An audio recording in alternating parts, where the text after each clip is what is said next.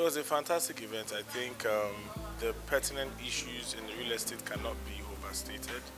And today there were a lot of important items that were highlighted by the speakers. I think one of the most important ones is that it's about the keys, about regulation. A lot of regulators, um, let me put it in the way that it was, communicated, that they're actually in the business of revenue generation and not actual regulation. I think the real estate industry will take a massive turn for the better if regulators formulate policies that actually regulate the industry and not ones that are more focused on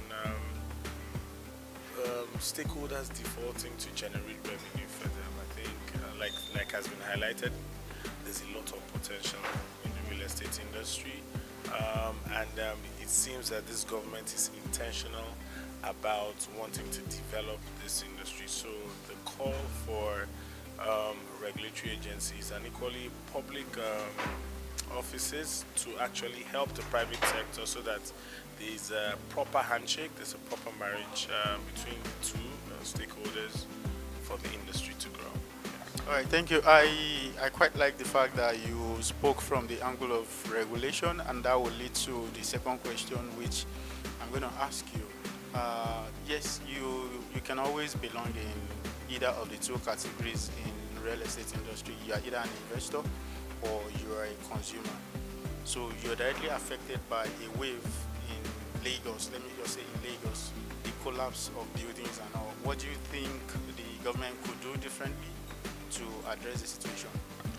So I'd use Afriland properties as an example. We are intentional about our buildings. We're intentional about the processes that drive the construction of those buildings, and we are very, very particular about the people that drive those processes. I think, again, I'm still going back to regulation. If the right policies are put in place, there's no duplication of function, there's no ambiguity about what's obtainable and what's not obtainable. It will be harder for people or developers to find loopholes that they use to circumvent the process, which is basically what causes a lot of these building collapses. Developers circumvent the process. Everybody's looking to make extraordinary profits. Everybody's looking to just put something out there and get my money back and all. But if the proper processes are put in place, the proper checks are done as and when due, and like we say, everything in the letter is done, and then the regulatory agencies do the work of regulation and enforcement, I think we will have less of that. I also think the industry's low barrier to entry is a major factor. I think anybody can just come, whether you have knowledge of the real estate industry, knowledge about building, you can just come in and set up a real estate firm, or you can just start building.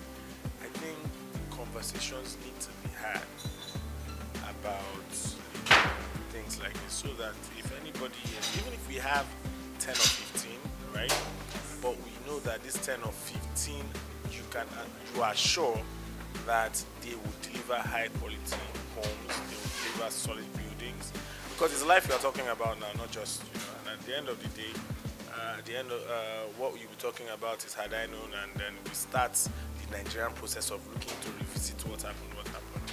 I think we can work proactively. I think we can think forward.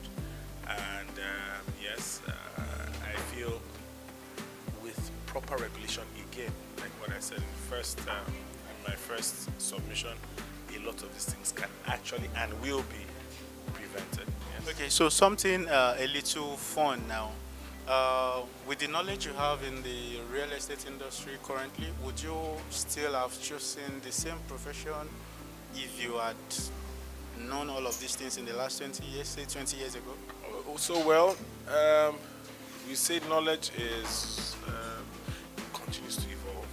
So in the last 20 years, of course, if I knew all the things I know now, the trajectory would have been a lot different. I'd probably be sitting in parts where, at some point, there's a time when you'd have had some funds to invest, and someone would have told you, go and buy land here, and you're thinking, would the Kurudu grow, would this grow? But with the knowledge I have now, and of course the ability to be able to speak to how development stimulates real estate growth, I think I would do things a lot differently. And of course, in the future, I'll still do a lot of things differently. But the most important part is that as a person, it's intentional for me now to look to gather more knowledge, to evolve, and make sure that I'm one step ahead of the curve. Yes. So, All right, thank you for honoring our invitation.